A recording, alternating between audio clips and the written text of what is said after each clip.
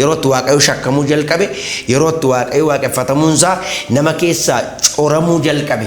asirraan rivaayivaaliin guddaa yoo jiraatillee asirraan dadammaqiinsi guddaa yoo jiraatillee waldaa kiristiyaanaa dadammaqiinsa keessaa dhufte kana yerootti chaalenjii hamaan ishee mudate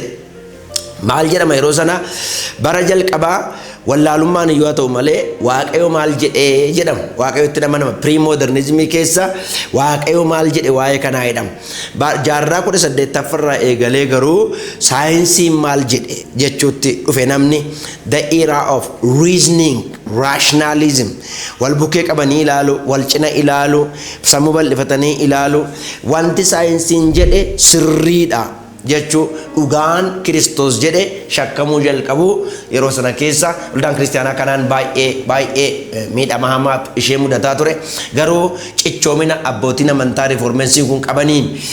dhugaa isaan macaafa qulqulluurratti hundaa'anii ayyaana waaqayyootiin dubbatanii caanaa guddaan yookaan immoo dhiibbaa guddaan saayintistoota kanarraa gahaa ture.